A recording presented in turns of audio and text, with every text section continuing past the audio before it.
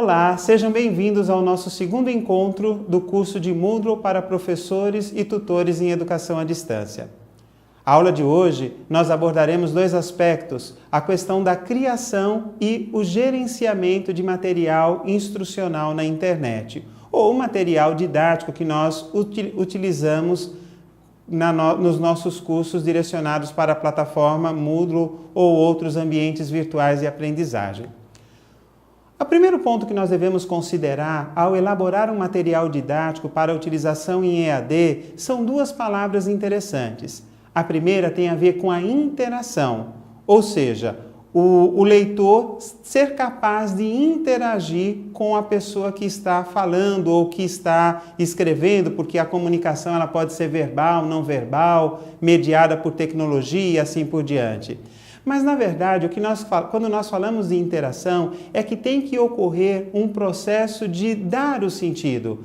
Não é simplesmente um texto ou uma comunicação simplesmente por comunicar. A outra pessoa, enquanto receptor desse processo, ele tem que receber essa comunicação e dar o sentido real. Isso tem um fundamento muito grande no socio-interacionismo. Um outro aspecto que temos que considerar ao falarmos sobre material didático para EAD tem a ver com a interatividade. Repare, enquanto na interação ocorre esse processo de troca, na interatividade o leitor, a pessoa para quem nós destinamos o nosso material, ele não somente vai analisar aquele material, mas como ele poderá reelaborá-lo, discordar, concordar, parafrasear, modificar, e aí nós temos muito fortes os elementos do construtivismo dentro dessa construção. Percebam então que os materiais didáticos relacionados para a educação à distância estão fortemente baseados em duas correntes pedagógicas, tanto o socio-interacionismo quanto o construtivismo, e nós devemos ficar muito atentos para essas questões. Quando falamos do material, especificamente um texto escrito, e normalmente nós temos que elaborar um material como suporte, por exemplo, no nosso curso de Moodle para professores e tutores em EAD, nós temos um material didático como referência, nós temos que considerar três conceitos fundamentais, além, obviamente, de considerar aqueles dois elementos da interatividade e da interação. O primeiro ponto fundamental tem a ver com a elaboração de um texto dialogicizado. O que é isso? É o leitor ser chamado para atenção. É nós escrevermos um texto como se estivéssemos falando, como estamos falando agora. Um texto que consiga repetir isso no nosso nível de escrita. É como se chamássemos o leitor a todo instante para uma conversa amigável. Dê uma olhada nas páginas do nosso material didático. Veja que em alguns momentos nós falamos assim, o que você pensa disso? Você já percebeu isso? Ou seja, constantemente chamando o leitor para uma reflexão em cima daquilo que está sendo colocado. É o primeiro conceito fundamental do material didático em educação à distância. Ele precisa ser dialogicizado. Um outro ponto importante, nós temos no outro slide, tem a ver com intertexto. Nós sabemos que mesmo escrevendo um texto, um material didático, numa linguagem onde nós chamamos o leitor para a conversa, nós precisamos que as nossas colocações sejam referendadas. Por quê? Outros já abordaram sobre aquele assunto, muitas vezes nós estamos parafraseando a ideia de um ou outro autor. E precisamos dar as referências bibliográficas a esses autores. Então, o intertexto é essa busca por outros autores que colaboram, que dão fundamento àquilo que nós estamos colocando. Muito importante, nós precisamos sair desse nível da cotidianidade, que muitas vezes a linguagem, o discurso do texto dialogicizado nos coloca no nível de uma linguagem comum, mas nós precisamos sair do senso comum. Esse é o ponto. Nós estamos trabalhando, ao trabalhar com cursos voltados para a educação propriamente dita, nós estamos trabalhando com conceitos científicos. E aí precisamos dos aportes de outros autores. Dois pontos importantes quando abordamos o intertexto. Trazer outros autores que já abordaram aquele assunto como fundamento à nossa fala e, obviamente, dar as referências bibliográficas, atendendo aí às normas da ABNT. Finalmente, nós temos o terceiro ponto, que é um dos conceitos fundamentais do texto em EAD. Tem a ver com interdiscurso.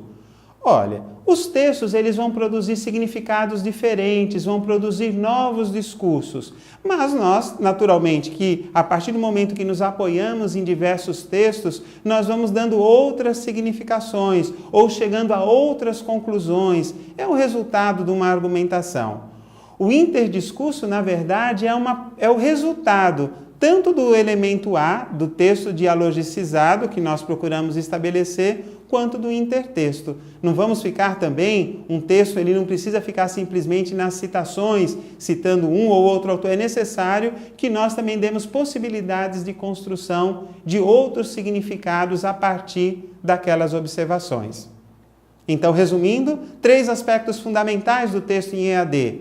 Um texto dialogicizado, o intertexto e o interdiscurso. São elementos que nós não podemos esquecer. Um outro ponto que nós temos a considerar tem a ver com o hipertexto.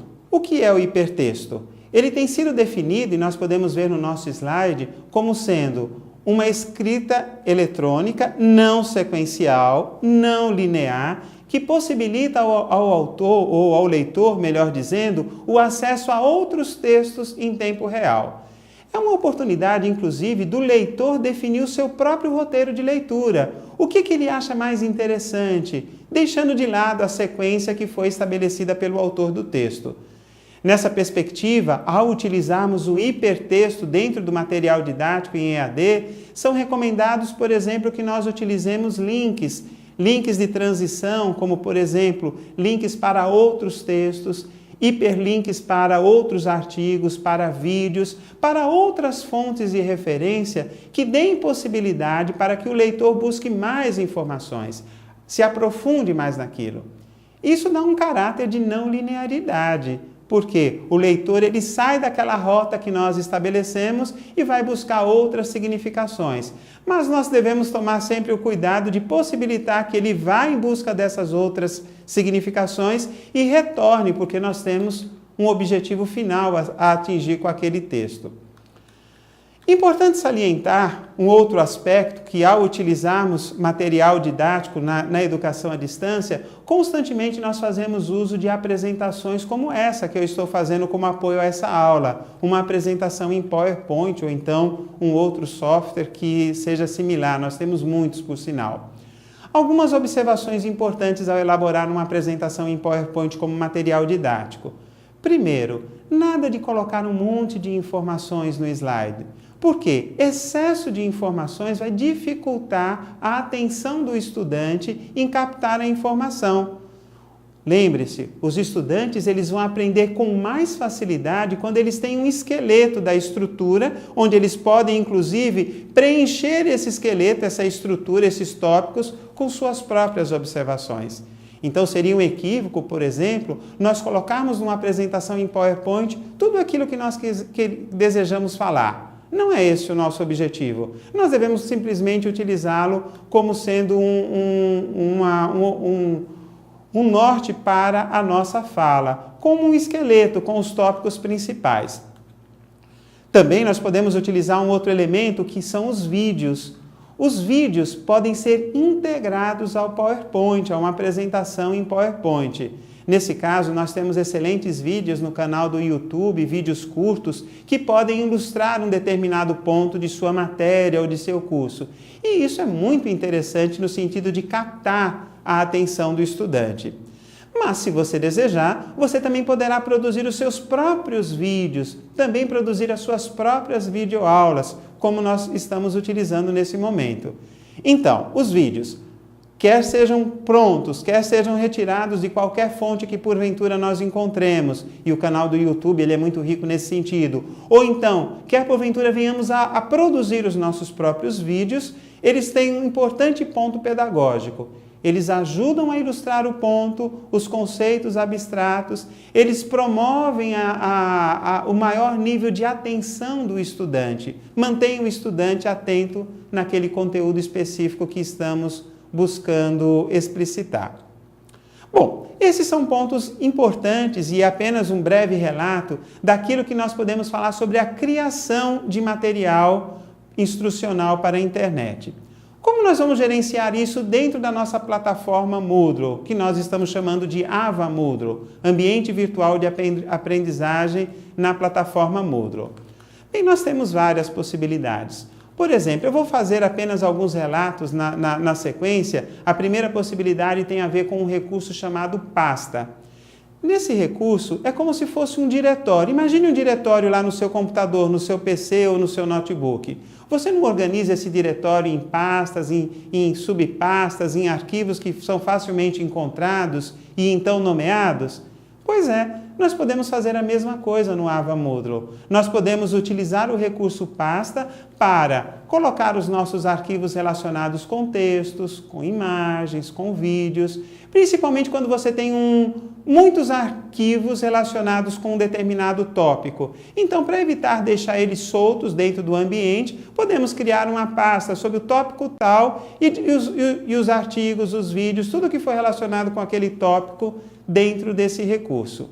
É um importante recurso, não acha? E pode nos ajudar a gerenciar esse material instrucional. O Ava Moodle também permite que nós utilizemos um outro recurso muito interessante, que é o recurso livro.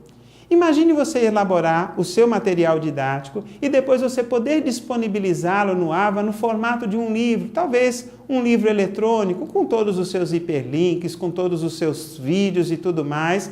E pode ser muito interessante nesse sentido, porque é como se fosse um formato de um e-book, entre aspas, dizendo, efetivamente nós precisamos colocar as informações, fazer todos os processos que são colocados no sentido de fazer os ajustes necessários para que nós tenhamos um material que seja realmente no formato de um livro. O recurso livro, resumindo, ele possibilita que nós elaboremos um material didático de várias páginas no formato de um livro eletrônico, com seus respectivos capítulos e subcapítulos. Não é interessante esse recurso? Bem, um outro recurso que nós podemos utilizar dentro do Ava Moodle tem a ver com o recurso URL. Esse recurso ele vai habilitar um link a um site, por exemplo, a um site a um artigo científico, ao invés de você simplesmente colocar o endereço do artigo científico, nós podemos direcioná-lo utilizando esse recurso. Ao colocar o endereço desse artigo científico, o estudante, ao clicar naquele link, nesse recurso, imediatamente ele é levado àquela página. Pode ser também, você pode conduzir o estudante, a pessoa que está avaliando aquilo lá, a um vídeo no YouTube, a uma página web de interesse, a outras discussões sobre aquela temática. Não é interessante esse recurso para aprimorar o nosso processo de ensino e aprendizagem?